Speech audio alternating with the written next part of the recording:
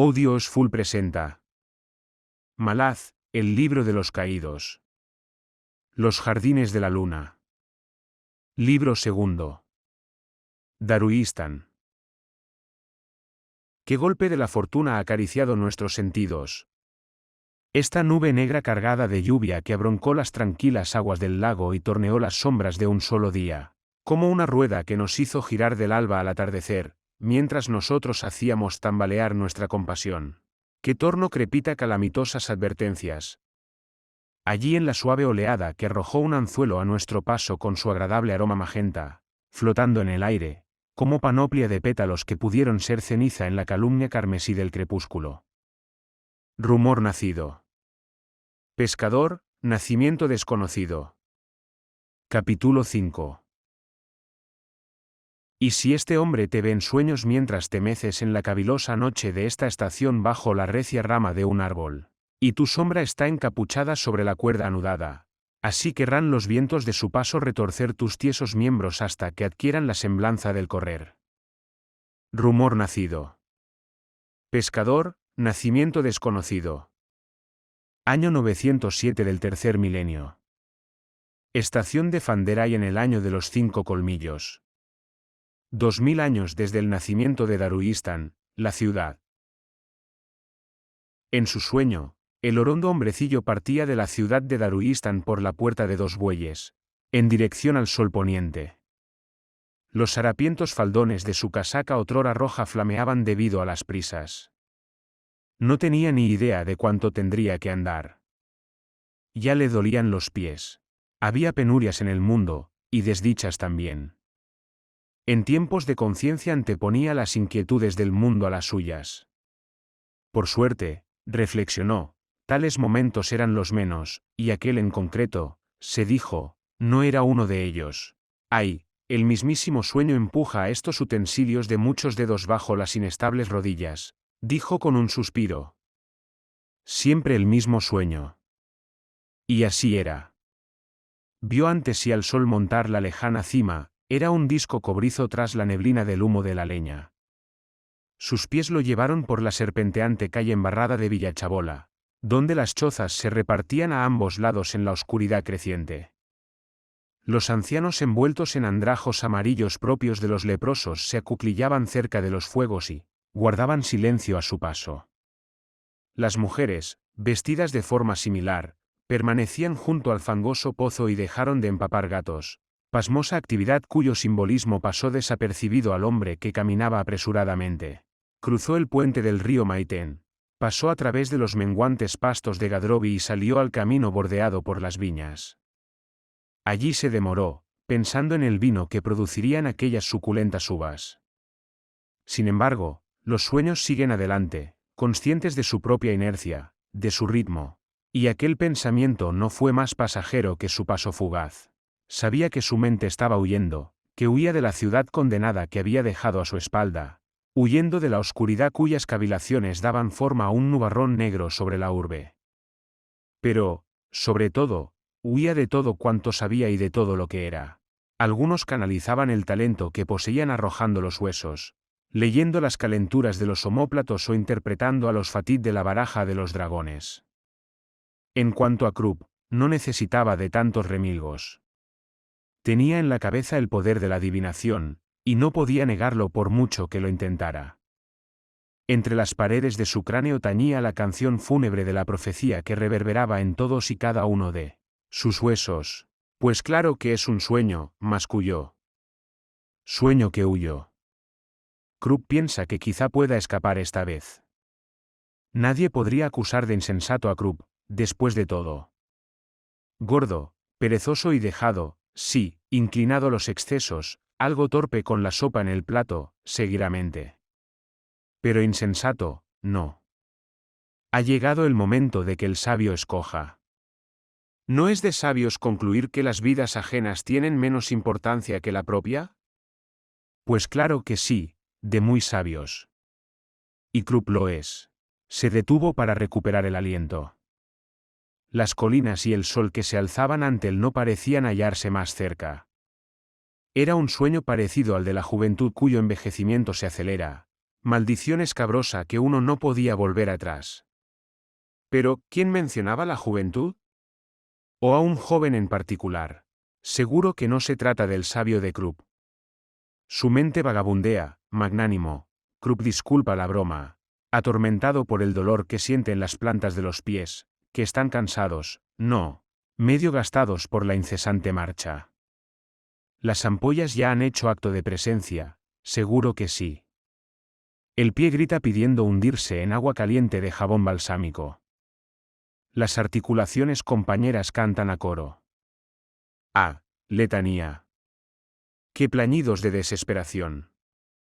Dejad de lamentaros, queridas alas del vuelo. ¿Cuán lejos anda el sol, además? Más allá de las colinas, de eso Krupp está seguro. No más allá, palabra. Sí, tan cierto como una moneda que siempre gira. Pero, ¿quién habló de monedas? Krupp se declara inocente. Procedente del norte, la brisa irrumpió en su sueño, arrastrando consigo el olor de la lluvia. Krupp empezó a abrocharse el abrigo raído. Encogió la barriga en un esfuerzo por abrochar los últimos 2 botones, aunque tan solo logró abrochar uno. Incluso en el sueño, gruñó, la culpabilidad establece su opinión. Pestañeó para proteger los ojos de la lluvia. ¿Lluvia? Pero si el año apenas acaba de empezar. ¿Llueve en primavera? Nunca antes se había preocupado Krupp de asuntos tan mundanos. Quizá esta fragancia no sea sino el propio aliento del lago. Sí, claro. Asunto resuelto. Entornó la mirada a las nubes negras que sobrevolaban el lago azul. ¿Debe Krupp echar a correr? No, ¿dónde está su orgullo? ¿Y su dignidad? Ni una vez han mostrado su rostro en los sueños de Krupp. ¿No hay cobijo en vuestro camino? Ah, los pies de Krupp están cansados, las plantas ensangrentadas, echa jirones la piel. ¿Y esto qué es? Había topado con una encrucijada. Un edificio se alzaba chaparro sobre una suave elevación del terreno. Por las contraventanas sangraba la luz de las velas. Claro, una fonda, se dijo Krupp con una sonrisa. Largo ha sido el viaje, clara la necesidad de un lugar donde el viajero pueda descansar y solazarse.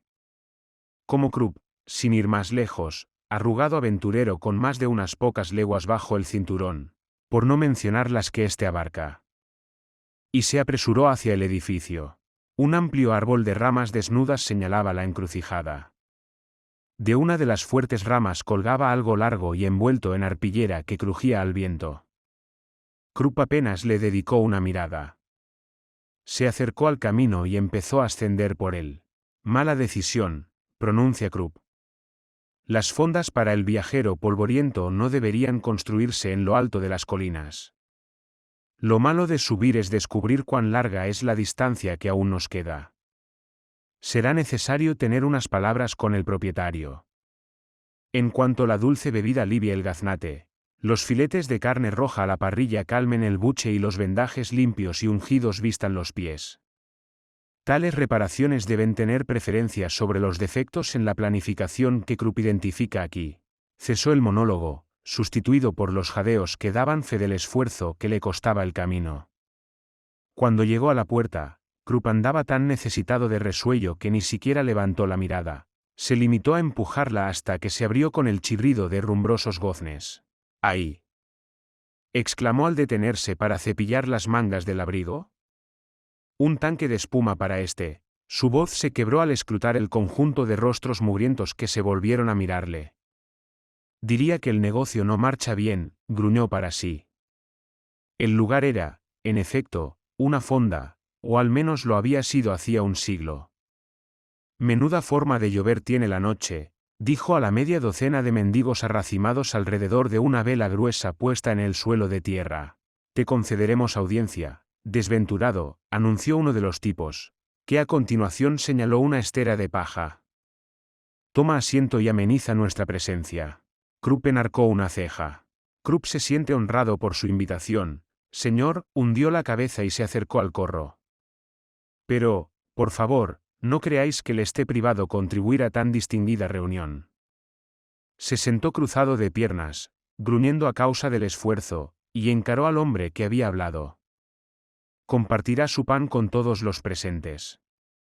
De la manga sacó una gruesa rebanada de pan de centeno.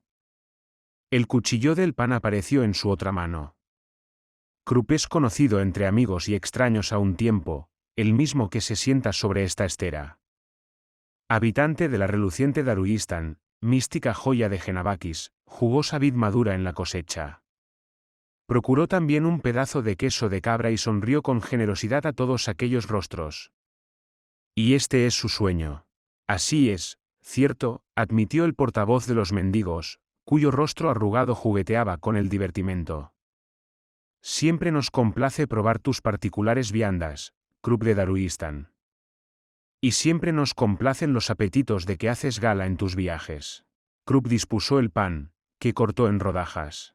Krupp siempre os ha considerado meros aspectos de sí mismo, media docena de hombres hambrientos como otros muchos. No obstante, por vuestro propio interés, ¿qué rogaríais a vuestro amo? Pues que dejara de huir, por supuesto. Que el propio cráneo es una estancia demasiado valiosa como para permitir que en ella reine el engaño.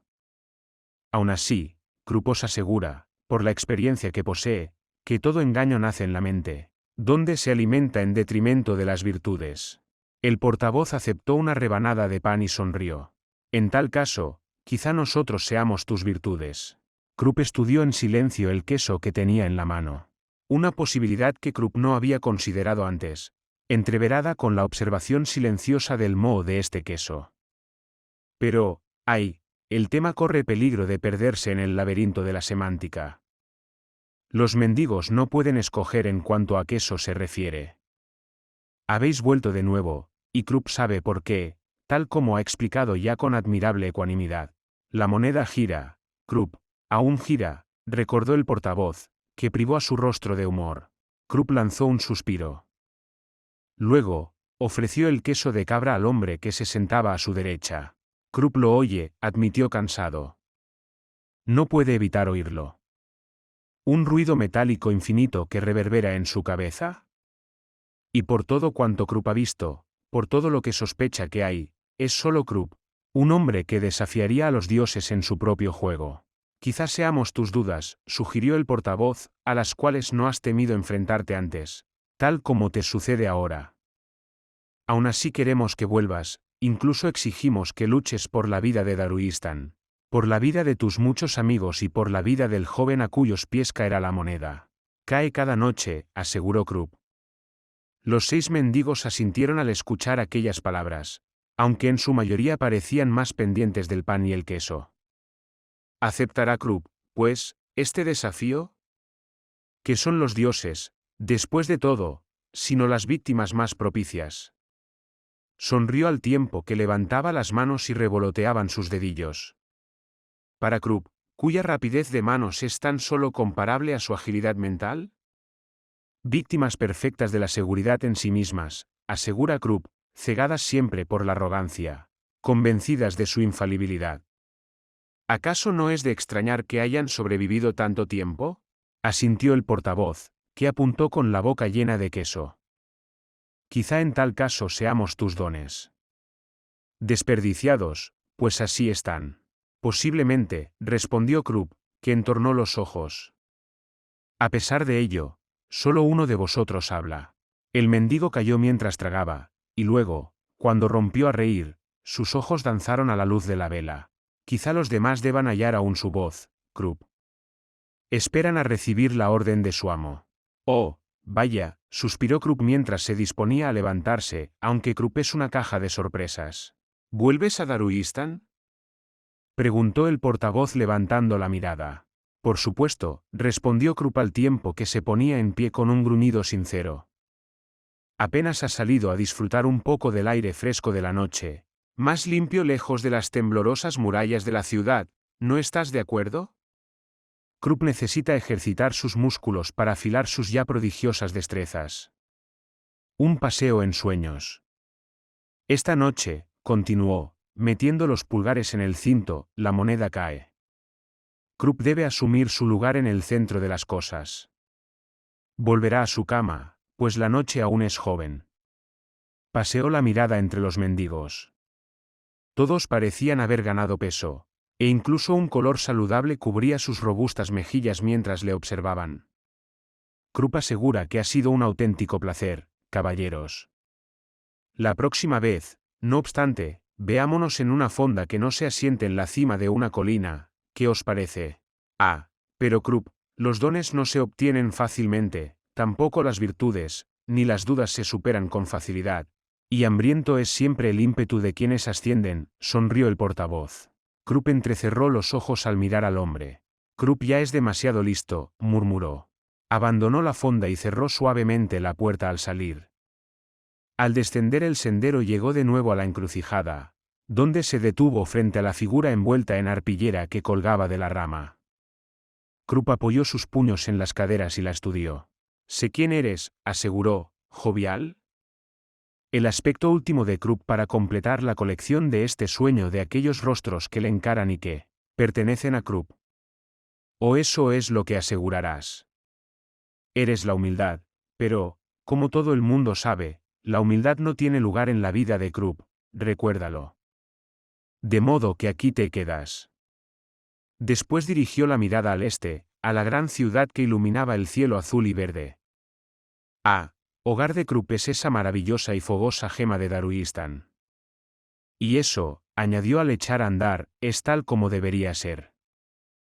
Desde el muelle que se extendía a lo largo de la costa del lago, arriba por las danzarinas hileras de los arrabales de Gadrovi y Daru, entre los complejos de los templos y las mansiones de calidad, hasta la cumbre de la colina de la Majestad, donde se reunía el concejo local, los tejados de Daruistan presentaban superficies llanas, de tejas corvadas, torres que remataban en un cono, campanarios y plataformas recargadas con tal caos y profusión de adornos que, a excepción de las calles mayores, el resto de la ciudad permanecía siempre oculta al sol.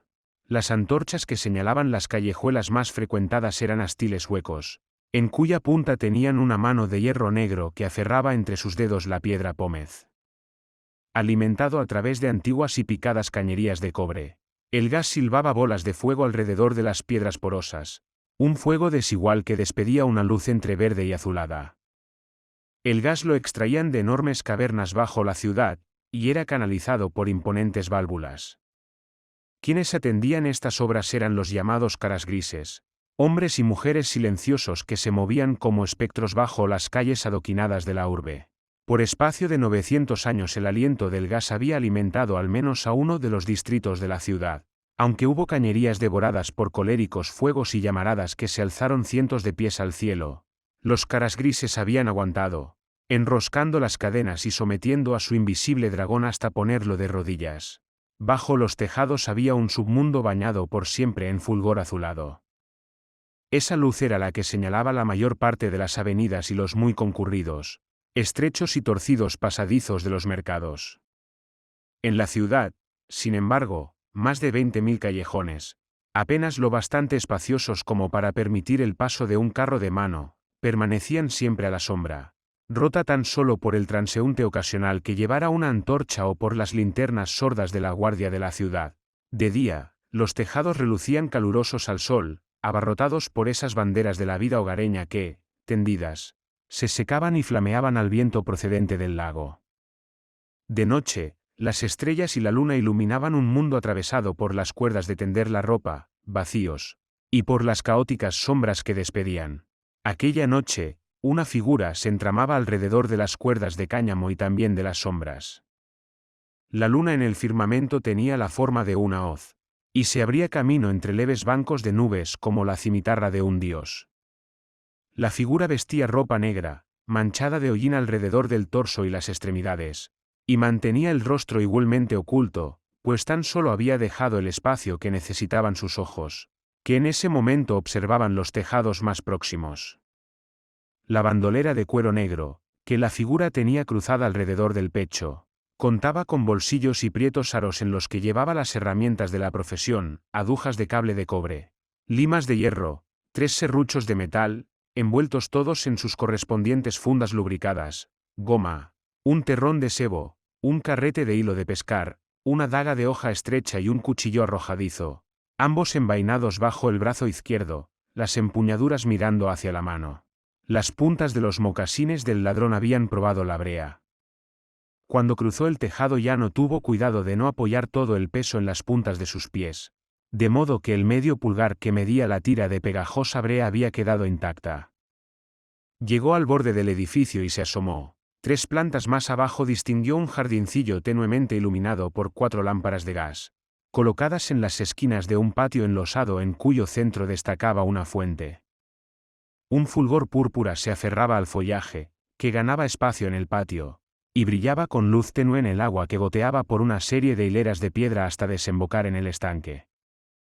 En un banco situado junto a la fuente se hallaba sentado un guardia, reclinado, durmiendo, con una lanza entre las rodillas.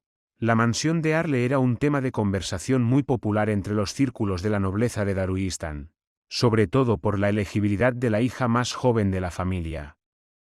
Muchos habían sido los pretendientes, muchos los regalos entre gemas y fruslerías que residían ahora en el dormitorio de la joven doncella. Si bien estas historias pasaban de boca en boca como un dulce entre los miembros de la clase alta, pocos plebeyos prestaban atención cuando se hablaba de ello en su presencia.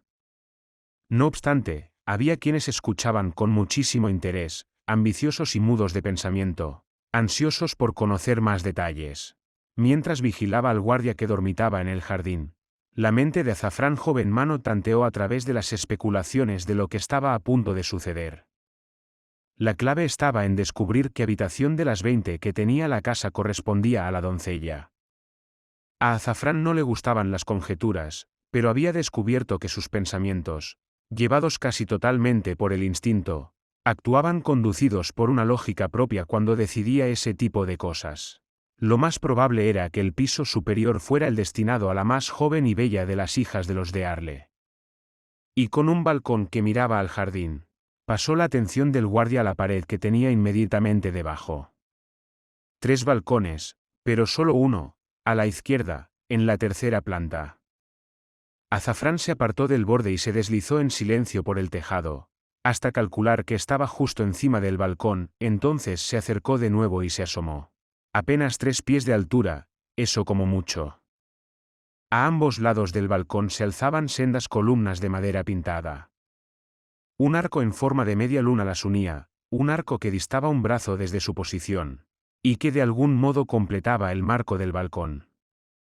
Con una última mirada al guardia, que no se había movido, y cuya lanza no parecía correr peligro de caer con estrépito en las losas, Azafrán descendió lentamente por la pared.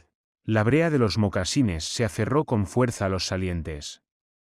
Había multitud de asideros, puesto que el tallador había esculpido hondo en la madera dura, y el sol, la lluvia y el viento habían deteriorado la pintura. Descendió por una de las columnas hasta que sus pies se posaron en la barandilla del balcón, donde ésta lindaba con la pared. Al cabo de un instante, se agazapó en las baldosas barnizadas, a la sombra de una mesita de hierro forjado y de una silla con cojín. No se filtraba ninguna luz por los postigos de la puerta corredera. 2 silenciosos pasos lo llevaron junto a esta. Tras inspeccionarla unos instantes, reconoció el tipo de cerradura. Azafrán sacó un serrucho de minúsculos dientes y se dispuso a trabajar. La herramienta no hacía prácticamente ningún ruido, no más que el temblor de la pata de un saltamontes. Estupendo instrumento, poco común y probablemente muy caro. Azafrán tenía suerte de contar con un tío que alimentaba un interés superficial por la alquimia y que, por tanto, tenía necesidad de herramientas fortalecidas mediante el uso de la magia para construir sus bizarros mecanismos de filtrado. Aún mejor, puesto que su tío era un hombre muy distraído, con tendencia a extraviar cosas. Al cabo de largo rato los dientes del serrucho cortaron el último pestillo. Devolvió el serrucho al arnés, se limpió el sudor con las manos y abrió la puerta. Azafrán asomó la cabeza en la habitación. En la penumbra gris vio una imponente cama con dosel, que apenas distaba unos 2 pies a su izquierda, con la cabecera apoyada contra la pared. Una mosquitera la envolvía hasta caer en pliegues en el suelo, donde formaban una pila. Procedente de la cama escuchó la respiración regular de alguien que se hallaba sumido en un sueño profundo. La estancia olía a perfume del caro, especiado y probablemente procedente de Kalos. Inmediatamente frente a él había dos puertas, una entreabierta, que conducía al cuarto de baño. La otra constituía una formidable barrera de roble reforzado, con una si cabe más formidable cerradura. Contra la pared, a su derecha, se encontraba el armario ropero, y un tocador en cuya superficie vio 3 bruñidos espejos de plata, unidos sus marcos entre sí mediante goznes.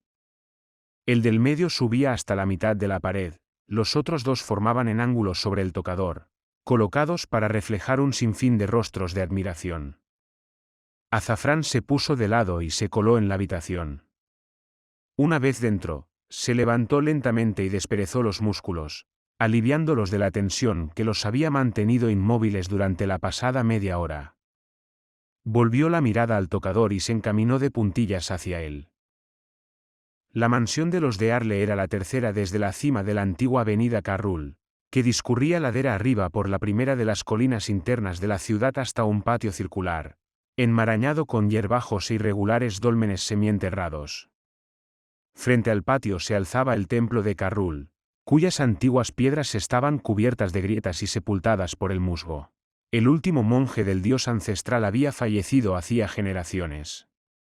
El campanario cuadrado que se alzaba en el patio interior del templo pertenecía al estilo arquitectónico de un pueblo que había desaparecido tiempo ha.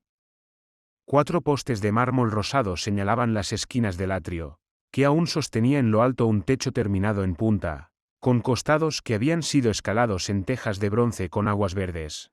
El campanario dominaba una docena de tejados llanos, pertenecientes a mansiones y casas de la clase acomodada.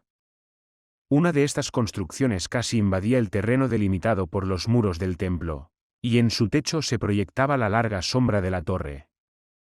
En este tejado permanecía agazapado un asesino, que tenía las manos manchadas de sangre.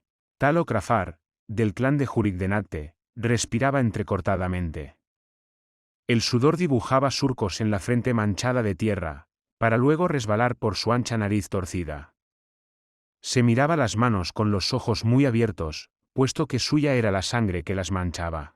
Aquella noche, su misión era la del azotacalles, había patrullado los tejados de la ciudad que, a excepción de algún que otro ladrón, eran los dominios de los asesinos, el medio por el cual se desplazaban por la ciudad sin ser detectados. Los tejados les proporcionaban una ruta en aquellos encargos no autorizados de carácter político, o en la continuación de una querella entre 2 casas, o en el castigo por una traición. El concejo gobernaba de día bajo el escrutinio público, la guilda lo hacía de noche, invisible, y no dejaba testigos. Así había sido siempre desde que se puso la primera piedra en Daruistan junto a las costas del lago Azur. Talo cruzaba un tejado inocuo cuando el virote de una ballesta descargó un martillazo en su hombro izquierdo. La fuerza del golpe lo empujó hacia adelante, y por unos interminables instantes contempló aturdido el nocturno cielo lleno de nubes negras, preguntándose qué había sucedido. Finalmente, cuando el entumecimiento dio paso al dolor, se encogió sobre el costado. El virote lo había atravesado de parte a parte. Lo vio en las tejas embreadas, a un pie escaso de distancia, y giró sobre sí hasta colocarse junto al proyectil ensangrentado.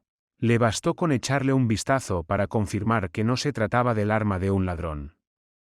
Era un arma pesada, la de un asesino. A medida que este hecho se abría paso a través de la confusa maraña que formaban los pensamientos de Talo, este se puso primero de rodillas y, luego, en pie. Finalmente, corrió despacio hacia el borde del edificio. La sangre chorreaba de la herida cuando descendió al oscuro callejón situado al pie de la casa. Cuando por fin sus mocasines descansaron en los resbaladizos adoquines alfombrados de basura, hizo una pausa en un esfuerzo por infundir algo de claridad en su mente. Aquella noche había estallado una guerra de asesinos. Pero, ¿qué líder de clan sería lo bastante insensato como para creer que él, o ella, podría usurpar a Borkan el control que ejercía en la guilda? Fuera como fuese, debía regresar al nido de su clan, a ser posible. Y con esa intención echó a correr. Había corrido en zigzag oculto en las sombras del tercer callejón cuando sintió un escalofrío en la espina dorsal. Talo se quedó paralizado mientras recuperaba el resuello. La sensación que aumentaba en la boca del estómago era inconfundible, tan cierta como el instinto, lo estaban siguiendo. Observó la pechera empapada de la camisa y comprendió que no iba a poder burlar a su perseguidor. Sin duda, el cazador le había visto entrar en el callejón e incluso le estaría apuntando a la boca con la ballesta desde el extremo opuesto. Al menos, así lo habría hecho el propio Talo. Tenía que dar la vuelta a la partida, tender una buena trampa. Y para lograrlo necesitaba los tejados. Talo volvió a la embocadura del callejón que acababa de tomar y estudió los edificios cercanos. 2 calles a su derecha se alzaba el templo de Carrul. Clavó la mirada en el edificio oscuro del campanario. Allí, el ascenso a punto estuvo de costarle la conciencia. Arriba se agazapó a la sombra del campanario, a un edificio de distancia del templo. Sus esfuerzos habían bombeado sangre al hombro en una cantidad espantosa. Había visto sangre antes, por supuesto, pero jamás tanta, y propia, de golpe. Por primera vez se planteó en serio si iba a morir. Sus brazos y piernas empezaron a entumecerse, y comprendió que si seguía donde estaba era muy posible que jamás pudiera marcharse. Con un gruñido imperceptible se puso en pie. El salto al tejado del templo apenas eran unos pies, pero al caer lo hizo de rodillas. Entre jadeos, Talo hizo a un lado cualquier pensamiento relacionado con el fracaso. Lo único que quedaba era descender por el muro interno del templo hasta el patio y, luego, subir la escalera en espiral del campanario. 2 tareas. 2 tareas bien sencillas. En cuanto se hallara al amparo de las sombras del campanario, podría vigilar todos los tejados de las inmediaciones. Y el cazador iría a por él. Talo se detuvo a comprobar el estado de su propia ballesta, que llevaba cruzada la espalda, y los 3 virotes enfundados en el muslo izquierdo. Observó la oscuridad que se extendía como un manto a su alrededor. Seas quien seas, cabrón, te atraparé, susurró. Acto seguido, se arrastró a gatas por el tejado del templo. La cerradura del joyero resultó sencillísima. Al poco de entrar en la habitación, Azafrán la había limpiado de arriba abajo. Una pequeña fortuna en oro, gemas y perlas, guardadas ya en la bolsita de cuero que llevaba atada al cinto.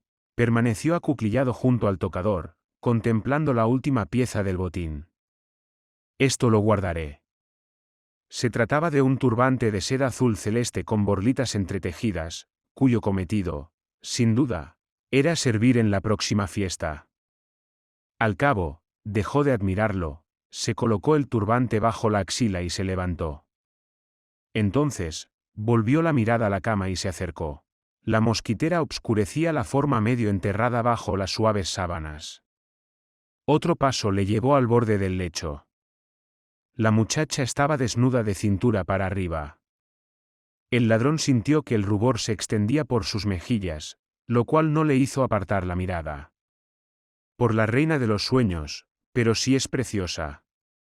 A sus 17 años de edad, Azafrán había visto suficientes rameras y bailarinas como para no quedarse boquiabierto ante las virtudes desnudas de una mujer, aun así, no podía dejar de mirarla. Luego, con una mueca de disgusto, se dirigió a la puerta del balcón. Un instante después había salido de la habitación. Tomó una bocanada del frío aire nocturno para despejarse un poco. Arriba, por encima del manto oscuro, un puñado de estrellas resplandecía con la suficiente intensidad para atravesar la gasa de nubes. No eran nubes, sino el humo que había cruzado el lago procedente del norte. La noticia de la caída de Pale a manos del Imperio de Malaz había corrido de boca en boca aquellos 2 últimos días. Y nosotros somos los siguientes. Su tío le había contado que el concejo seguía proclamando la neutralidad, en un intento desesperado por desvincular la ciudad de la ya destruida alianza de las ciudades libres. Pero los malazanos no parecían prestar atención. ¿Y por qué iban a hacerlo?, preguntaba su tío. El ejército de Daruistan consta de una despreciable pandilla de hijos de familias nobles que no hacen más que dedicarse a deambular por la calle de las putas, cuidando de que no les birlen la espada engarzada. Azafrán se encaramó al tejado de la mansión y se deslizó en silencio por las tejas. Otra casa, de idéntica altura, apareció ante él con un tejado llano a menos de 2 pies de distancia. El ladrón se detuvo en el borde para mirar abajo, al callejón que se hallaba a una caída de 10 pies, pero no vio más que oscuridad. Seguidamente cubrió de un salto la distancia que los separaba del otro tejado. Se dispuso a cruzarlo. A su izquierda se alzaba la lúgubre silueta de la torre del campanario de Carrul, nudosa como un puño huesudo hundido en el firmamento nocturno.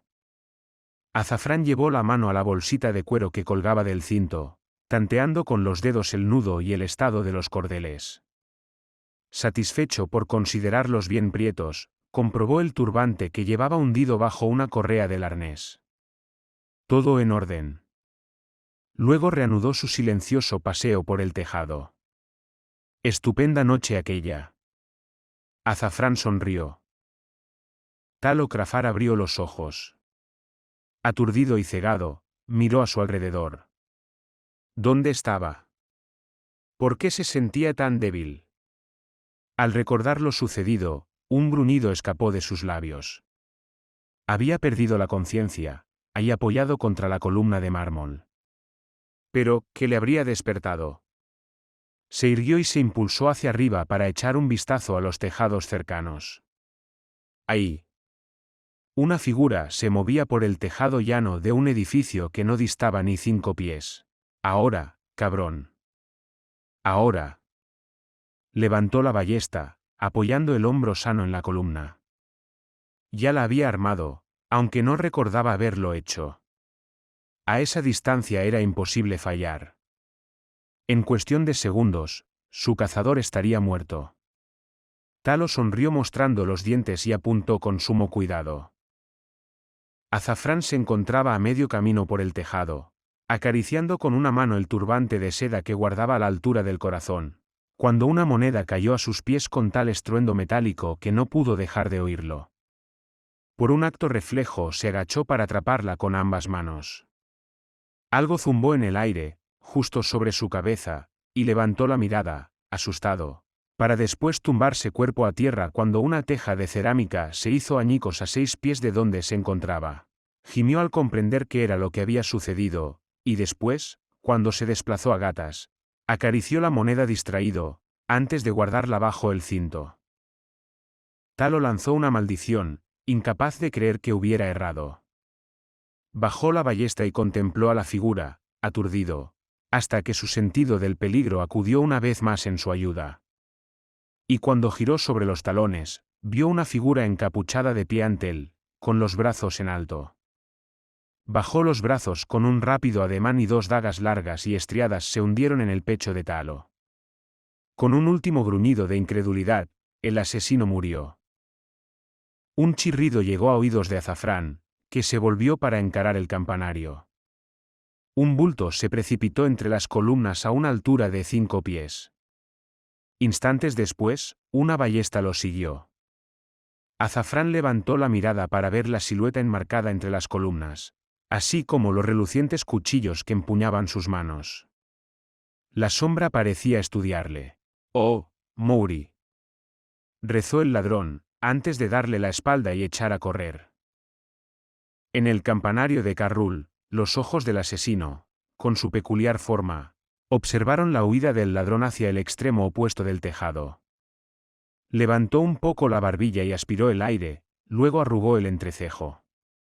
Una ráfaga de poder acababa de deshilachar el tejido de la noche, como quien atraviesa con el dedo una tela podrida.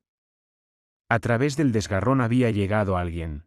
El ladrón ganó el extremo opuesto y desapareció tras él. El asesino siseó un hechizo en una lengua más antigua que el propio campanario y el templo, una lengua que nadie había escuchado en aquellas tierras desde hacía milenios, y después saltó del campanario. A lomos de la aureola mágica, el descenso del asesino al tejado fue lento, controlado. Al posarse, sus pies apenas rozaron las tejas. Surgida de la oscuridad apareció una segunda figura, cuya capa extendida semejaba un par de alas negras. Luego apareció una tercera, que también descendió en silencio sobre el tejado. Conversaron brevemente. La última en llegar masculló una orden, y luego se movió. Las otras 2 cruzaron algunas palabras más, y se dispusieron a seguir el rastro del ladrón, armada la segunda de una ballesta. Un rato después, Azafrán se recostó en el tejado inclinado de la casa de un mercader para recuperar el aliento.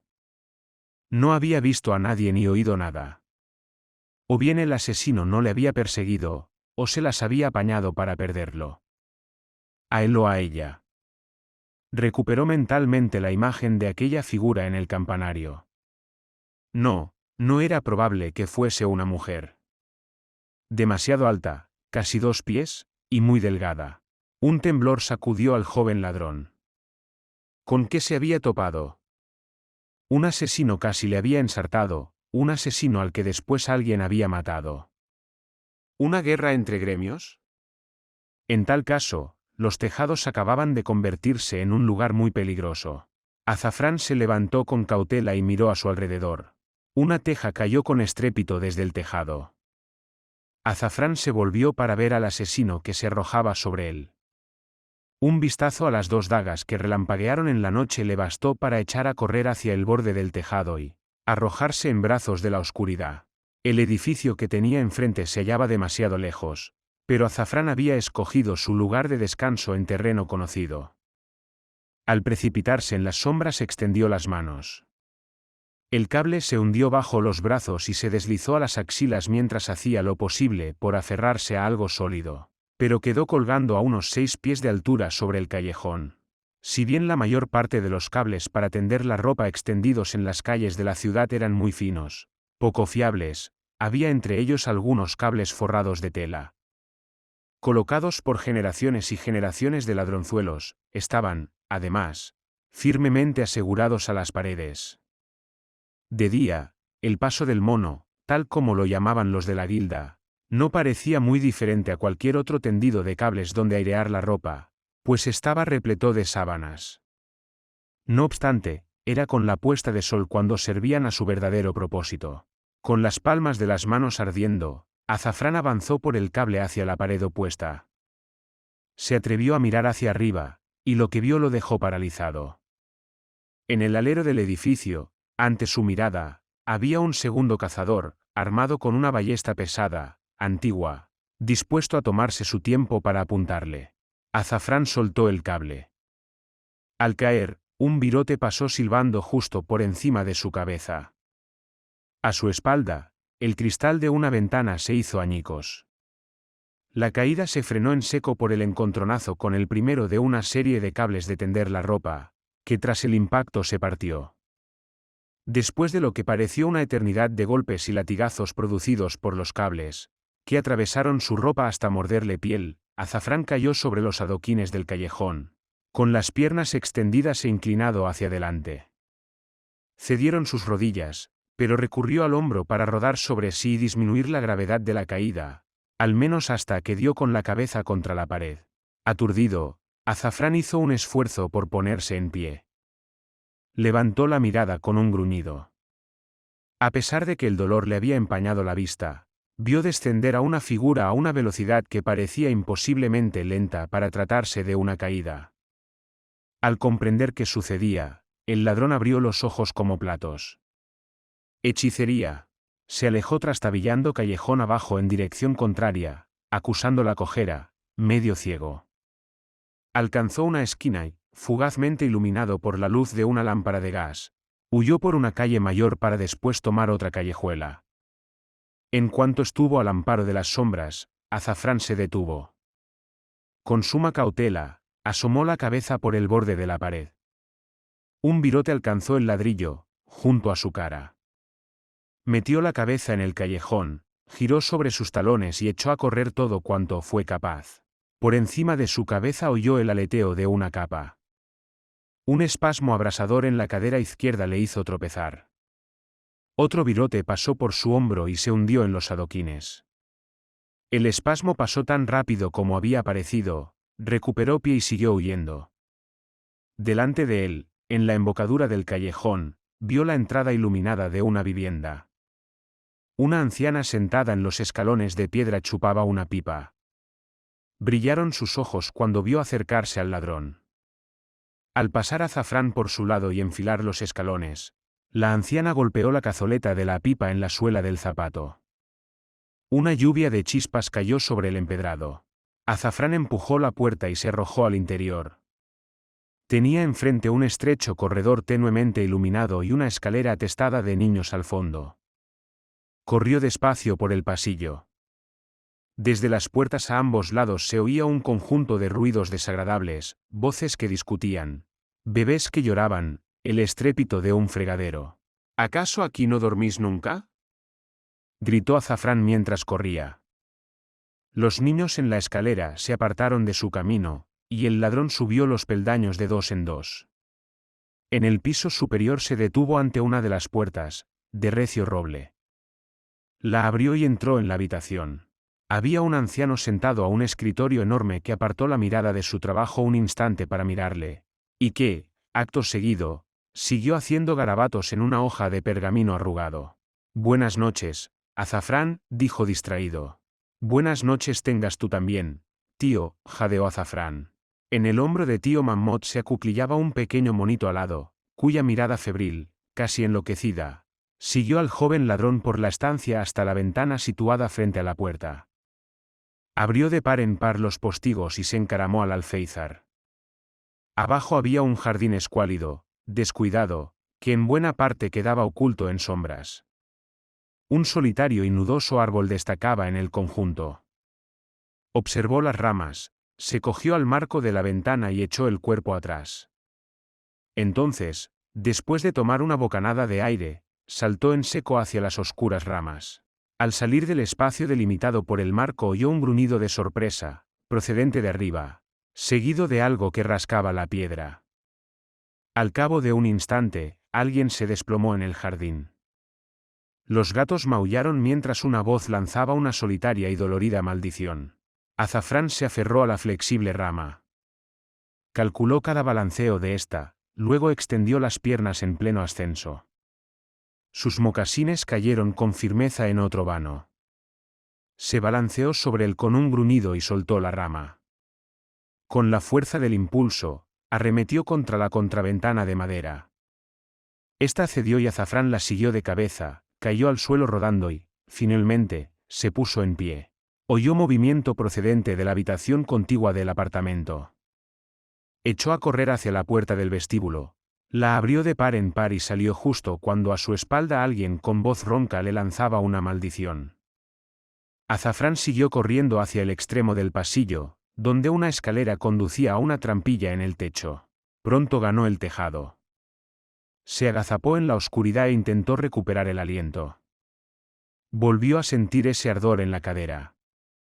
Pensó que seguramente se había hecho daño al caer por los cables de tender la ropa. Llevó la mano para hacerse un masaje en el punto y descubrió que sus dedos se cerraban en torno a algo duro, redondo y caliente. La moneda. Azafrán la agarró. Justo entonces, oyó un súbito silbido y, de resultas del impacto, la piedra escupió polvillo sobre él. Agachado, vio un virote con la punta partida rebotar en el tejado y precipitarse sobre el borde, girando sobre su propio eje. Se le escapó un gemido ahogado y echó a correr por el tejado hacia el extremo opuesto. Sin pausa saltó. 3 pies por debajo había un toldo combado, que habían estirado para darle forma, y ahí fue a caer. Los listones de hierro en los que se enmarcaba el toldo se hundieron, pero aguantaron. Desde ahí solo hubo de descolgarse hasta la calle. Azafrán corrió despacio hasta la esquina, donde se alzaba un viejo edificio cuya luz amarillenta se filtraba del interior por las ventanas desvencijadas y sucias. Un letrero de madera colgaba sobre la puerta, y en él podía verse la figura desdibujada de un pájaro muerto, tendido de espaldas, con las patitas hacia arriba. Tieso, vamos. El ladrón subió los peldaños y empujó la puerta. Una corriente de luz y ruido le inundó por completo, igual que un bálsamo. Dio un portazo y recostó la espalda en la puerta. Cerró los ojos y se libró del pañuelo con el que se cubría la cabeza. Su cabello negro azabache cayó sobre los hombros, tenía la frente perlada de sudor, y su mirada de ojos azul claro daba fe del cansancio. Quiso levantar la mano para secarse el sudor, pero en lugar de ello alguien le puso una jarra en ella. Azafrán abrió los ojos y vio a Salty tan ajetreada como de costumbre, llevando en una mano una bandeja llena de enormes jarras de peltre. Lo miró por encima del hombro con una sonrisa. ¿Has tenido mala noche, Azafrán? No, respondió él, devolviéndole la mirada. Nada del otro mundo. Se llevó la jarra a los labios y tomó un largo sorbo. Al cruzar la calle, frente a la destartalada taberna del Fénix, uno de los cazadores se encontraba de pie en el borde del tejado, observando la puerta por la cual acababa de entrar el ladrón. Reposaba la ballesta en el hueco del brazo. Llegó el segundo cazador, que envainó los 2 cuchillos largos al acercarse a su compañero. ¿Qué te ha pasado?, preguntó el primero en voz baja, en su lengua natal. Crucé unas palabras con un gato. Ambos guardaron silencio unos instantes. Demasiado torcido como para ser natural, comentó el primer cazador, con un suspiro de preocupación. ¿También tú percibiste el rasgón?, se mostró de acuerdo el otro. Un ascendiente se entrometió. No obstante, ha sido demasiado cauto para mostrarse abiertamente. Lástima. Hace años de la última vez que acabé con un ascendiente. Procedieron a comprobar el estado de sus armas. El primer cazador cargó la ballesta y deslizó 4 virotes más en el cinto. El segundo cazador desenvainó los cuchillos largos y limpió los restos de sudor y mugre de la hoja. Oyeron que alguien se acercaba por detrás y, al volverse, vieron a su comandante. Está en la taberna, informó el segundo cazador. No dejaremos testigos de esta guerra secreta con la guilda, añadió el primero. La comandante miró de reojo la puerta de la taberna del Fénix. No, ordenó a los cazadores. La inquieta lengua de un testigo podría beneficiar nuestros esfuerzos. Ese mocoso tuvo ayuda. El primer cazador dotó de cierto énfasis su voz. Volveremos al redil. La comandante sacudió la cabeza. Los 2 cazadores ocultaron las armas. El primero se volvió hacia la taberna y preguntó: ¿Quién crees tú que le protegió? Cualquiera dotado de sentido del humor, refunfuñó el compañero.